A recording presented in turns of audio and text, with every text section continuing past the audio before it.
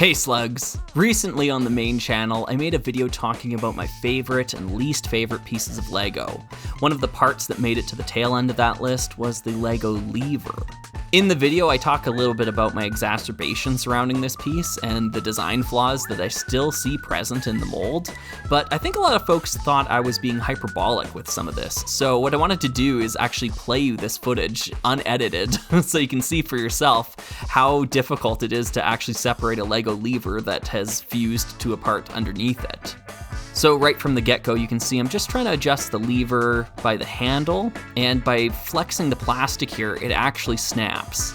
So the strength of the plastic on the lever isn't strong enough to actually turn the handle there. So I just kind of tried to, get my hands on it there, and then I just ripped the part right off because it's no longer going to be useful. So around here, I'm trying to apply a little bit of horizontal pressure to try to, get my thumb in there, try to reef it off that way. Eventually I decide, okay, let's try a brick separator. Let's see if this will work. But because there's no groove on the underside here, you can't get, there's nowhere for the brick separator to grip it. You can actually see it's warping the plastic of the brick separator, trying to wedge it between the two.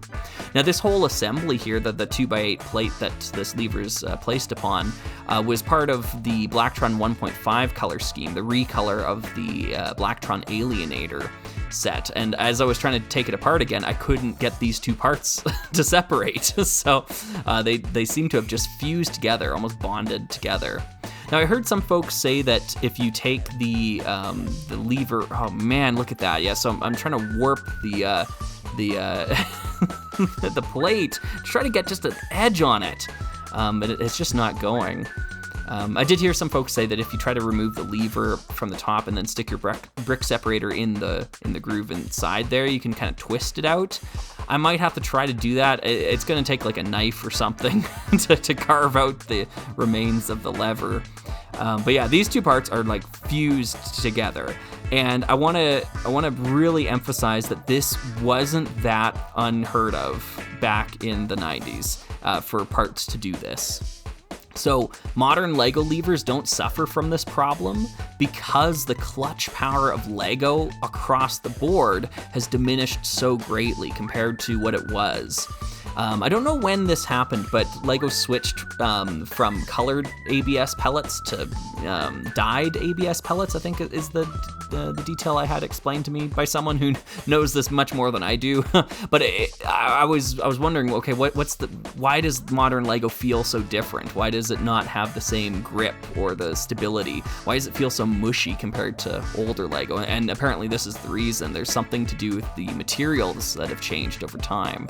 So yeah, anyways, this is a product of me talking about my expertise with Lego, which is of all things prior to 2003, like that sort of era of Lego. And I totally understand if there are some fans out there or builders out there that have never experienced this because they have only known newer Lego, because it doesn't seem to be a problem with modern Lego.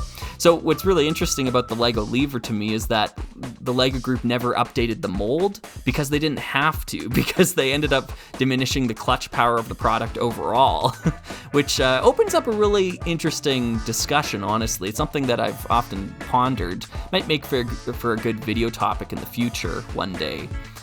Talking about how modern builds all feature Technic skeletons inside of them, and there's tons of reinforcement with plates and tiles and everything these days, whereas older sets didn't need this because the clutch power was so much stronger back then. So it's just interesting how designs have changed over time.